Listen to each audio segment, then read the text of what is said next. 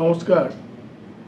আপামর জনসাধারণ এবং বিশিষ্ট বিশিষ্ট রাজনেতাদের কাছে আমার বিনীত আবেদন বা অনুরোধ যে গত কয়েক দশক ধরে বিশেষ করে মোরারজি দেশাই চলে যাওয়ার পর থেকে আজ ভারতবর্ষের যে অবস্থা হয়েছে, তারপরে ইন্দিরা গান্ধীজি এসছেন, তারপরে রাজীব গান্ধীজি এসছেন এবং তারপরে তো মিলিজুলি বহু সরকার হয়েছে এবং পিভি নরসিংহ রাও তিনিও 5 বছর কংগ্রেসের হয়ে দেশের প্রধানমন্ত্রী ছিলেন এবং তারপরে অটল বিহারী বাজপেয়ীজি যখন দেশের প্রধানমন্ত্রী ছিলেন 5 বছর, তখন মোটামুটি ভারতবর্ষ চেষ্টা করেছিল আবার ঘুরে দাঁড়ানো এবং সোনালী চতুর্ভুজ আর এই টেলিকমিউনিকেশন সিস্টেম, এই ধরনের বহু কিছু জিনিস তিনি আমাদের উপহার হিসাবে দিয়ে গেছেন। কিন্তু তারপরে 10 বছর যে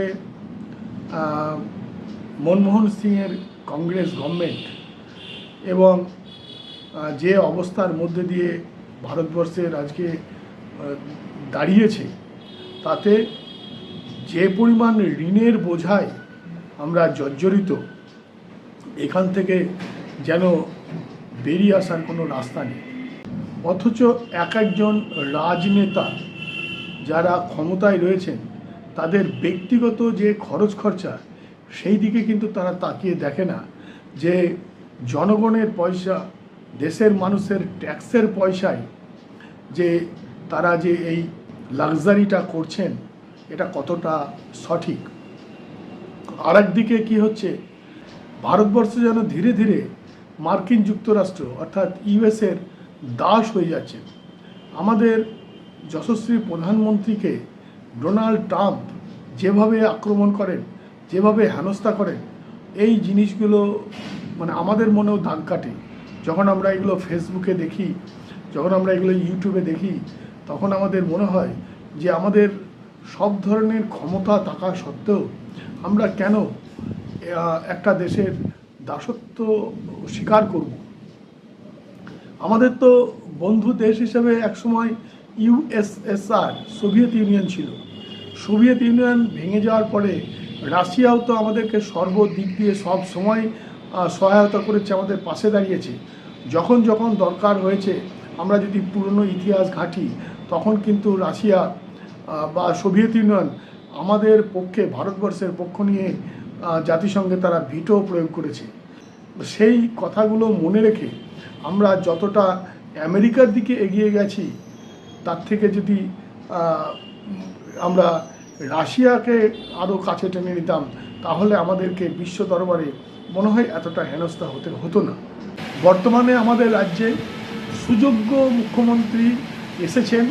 তিনি এই কয়েকটা দিন, মাত্র বোধহয় 1.5 মাস হয়েছে, এর মধ্যেই তিনি কিন্তু নমুনা দেখিয়ে দিয়েছেন যে আগামী দিন যদি তিনি থাকেন, তাহলে আমাদের রাজ্যকে তিনি কোথায় নিয়ে যাবেন।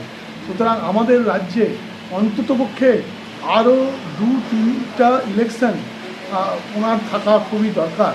তাতে আমাদের রাজ্যের মানুষের সত্যি খুব ভালো হবে, আমাদের মানুষ উপকৃত হবে। আমরা সব ধর্মপ্রাণ লোক, আমরা মন্দিরে নিশ্চয় যাব, কিন্তু সেই সাথে কর্মসংস্থানের ব্যবস্থা, মানুষ যাতে কাজ পায়, সেই দিকটাও দেখা ভীষণ দরকার। আর একটা কথা, যশস্বী প্রধানমন্ত্রীর কাছে আবেদন করব যে ভারতবর্ষের সব কিছু যেন ধীরে ধীরে আদানি এবং আম্বানিদের হাতে চলে যাচ্ছে, এই বিষয়টা দেখাটা খুব দরকার। কারণ কেউই একচেটিয়াভাবে দায়িত্ব নেবে, এটা ঠিক না। আরও তো অন্যান্য অনেকেই আছে। আমার মনে হয় সকলকে যদি সেইভাবে সুযোগ দেওয়া হয়, তাহলে দেশ বোধহয় আরও অনেক এগিয়ে যাবে, দেশের আরও অনেক উন্নতি হবে। আমি ব্যক্তিগতভাবে কারোর পক্ষে নই। আমি যেটা নিজে ফিল করেছি, যেটা বুঝেছি, সেই কথাগুলোই বললাম। যদি আমার কথায় কেউ আহত হন বা কেউ কষ্ট পান, তাদের কাছে আমি করজোড়ে ক্ষমা চাইছি। তবে এটা বলবো জনগণের যাতে ভালো হয়, মানুষের যাতে ভালো হয়। যেমন কেন্দ্র দল